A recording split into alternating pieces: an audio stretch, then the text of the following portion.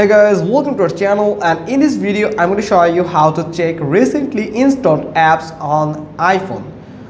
First, you just need to open your App Store, then tap on the profile icon in the top right corner.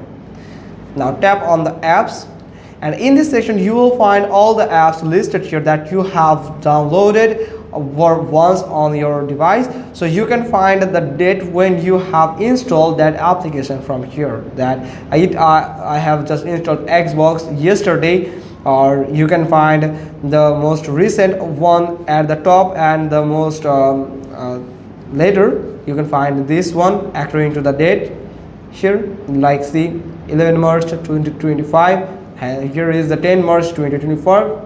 So you can find all the recent app at the top of this list here. So that's how you can just easily check the recently installed apps on your iPhone.